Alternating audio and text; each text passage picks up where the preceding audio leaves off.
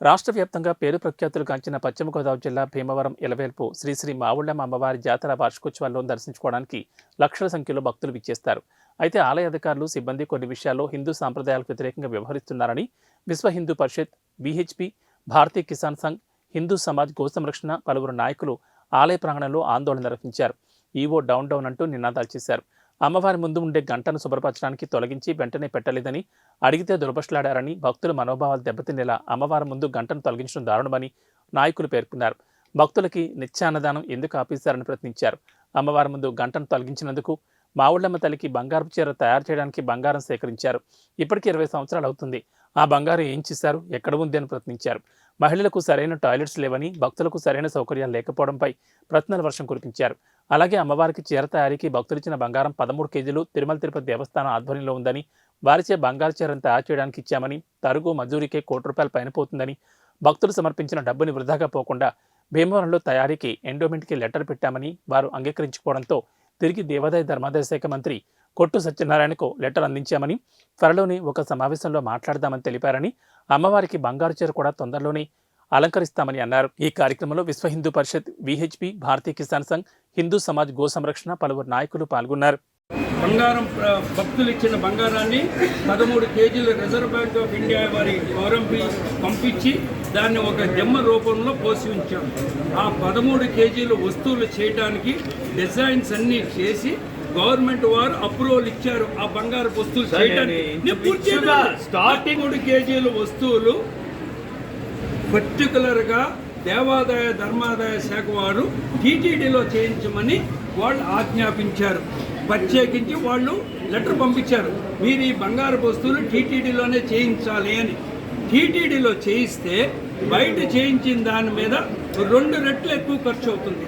తరుగు మజూరీలు అన్నీ కలుపుకుంటే టీటీడీ వాళ్ళు ఏం చేస్తారు, మళ్ళీ అక్కడ టెండర్ పిలుస్తారు. మళ్ళీ ఉమ్ముడు బంగారు చెట్టియార్ వాళ్ళు ఎవరో చెన్నై బంగారం కొట్టోళ్ళు వేస్తారు. ఆ దానికి 20% తరుగు వేస్తారు, మేకింగ్ ఛార్జ్ చేస్తారు.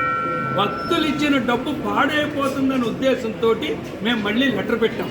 అయ్యా ఖర్చు అయిపోతున్నది, ఇక్కడ లోకల్గా చేయిస్తే భక్తులు ఆ తరుగు మజూరీలు భరించడానికి సిద్ధంగా ఉన్నారు అని చెప్పి ఏ భక్తులైతే మాకు తరుగు మజూరీలు ఇస్తా అన్నారో వాళ్ళ దగ్గర లెటర్స్ తీసుకున్నాం. స్టాంప్ పేపర్ మీద కమిషనర్ ఆఫ్ ఎండోమెంట్స్ పంపించాం. నేను కమిషనర్ అంటే ఎంత వాల్యూ మీకు తెలుసా అని అడిగాను. అయ్యా అలా కాదండి, 2 కేజీల కాడికి ఇచ్చి వస్తువులు చేయిస్తామండి, 13 కేజీలు ఒక్కసారి అంటే చేయించుకోండి అన్నారు. అలా చర్చించాము. ఇంత డబ్బు ఖర్చు చేయటం, డబ్బు పాడు చేయడం కాదు.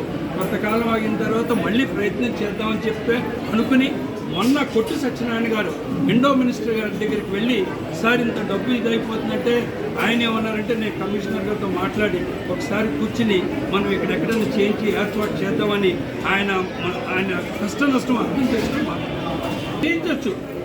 ఇవాళ 60 లక్షలు పై 300 గ్రాములు 30 లక్షలు అంటే ₹1,00,00,000 ప్రజల డబ్బు పాడు చేసిన వాళ్ళు అవుతాం. మీకే తెలుసండి, మీరు చిన్నపిల్లలు అంటే ఏంటి మీరు చెప్తారు, శుభ్రంగా 2 గంటలైంది, 3 గంటల డిస్కౌంట్ జరుగుతుంది. మీకు తెలియదా? చెప్పండి. ఇప్పుడు మావుళ్లమ్మ తల్లి, ఆ మావుళ్లమ్మ తల్లి యొక్క ఆరాధన అత్యంత అద్భుతంగా నిర్వహించుకుంటా ఉన్నాం భక్తుల యొక్క సహాయ సహకారాలతో. కానీ ఇక్కడ ఉన్నటువంటి దేవాలయ అధికారులు ఎవరైతే ఉన్నారో వారు చాలా నిర్లక్ష్యపు పూరితంగా వ్యవహరిస్తూ ఉన్నారు.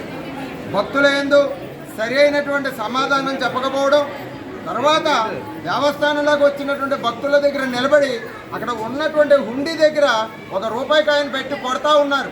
ఏమిటి డబ్బులన్నీ కూడా హుండీలో వేయండి అని చెప్పడానికి వారికి తీరుకున్నది. దేవాలయంలో కట్టబడినటువంటి గంటలు కొడతా ఉంటే వారికి ఇబ్బందిగా ఉన్నదట. ఈ రోజున ఇబ్బంది వచ్చిందని చెప్పి వాళ్ళకి సౌండ్ పొల్యూషన్ వచ్చిందో, కాళ్ళు లాగుతున్నాయని చెప్పో గంటలు తీసేశారు. రేపు అన్న రోజున మేము ఇక్కడ నిలబడి ఉద్యోగం చేయడం కష్టంగా ఉంది కాబట్టి మావుళ్లమ్మ తల్లిని ఎవరూ దర్శనం చేసుకోవద్దని చెప్పి గేటులు మూసేసే పరిస్థితి ఉన్నది. దేవాలయంలో ఉన్నటువంటి అర్చకులు పొద్దున్న నుంచి సాయంత్రం దాకా నిలబడి ఉంటున్నాం. మేము నిలబడలేని పరిస్థితి వచ్చింది కాబట్టి దేవాలయం మూసేస్తామని చెబితే మూసేసే పరిస్థితి ఈ యొక్క దేవాదాయ ధర్మాదాయ శాఖ అధికారుల చేతిలో ఉన్నది. ప్రతి విషయంలోనూ నిరంకుశత్వము. దేవాదాయ ధర్మాదాయ శాఖ నేతృత్వంలో లక్షలాది రూపాయలు నిత్య అన్నదానానికి వసూలు చేస్తూ ఉన్నారు. ఈ రోజున ఈనాడు పేపర్లో కూడా చూసాం, చేతులు ఎత్తేసారు అని చెప్పి. వస్తున్నటువంటి నిధులు ఏమవుతా ఉన్నాయి, ఎక్కడికి తరలించబడుతూ ఉన్నాయి, ఏ రకంగా దుర్వినియోగానికి జరుగుతూ ఉన్నది అనేటువంటి విషయాన్ని కూడా మేము ఇక్కడ ప్రశ్నించడానికి రావడం జరిగింది. భక్తులారా, మీ ద్వారా మేము ఒకటే చెప్తా ఉన్నాం, మన దేవాలయం మనమే రక్షించుకోవాలి, ప్రశ్నించాలి. సమాధానం చెప్పకపోతే క్షమించేటువంటి గుణం హిందూ సమాజంలో లేదనేటువంటి విషయాన్ని మీ ద్వారా మీకు అందరికీ తెలియజేస్తున్నాము. ఇంకొక విషయం, ముఖ్యమైన విషయం చెప్తా ఉన్నాం. దేవాదాయ ధర్మాదాయ శాఖ బోర్డు ఉన్నటువంటి ఏ దేవాలయంలో కూడా హుండీలో ₹1 కూడా వేయకండి. వేస్తే ఆ యొక్క డబ్బు మన యొక్క ధర్మానికి వ్యతిరేకంగా పనిచేస్తూ ఉన్నది.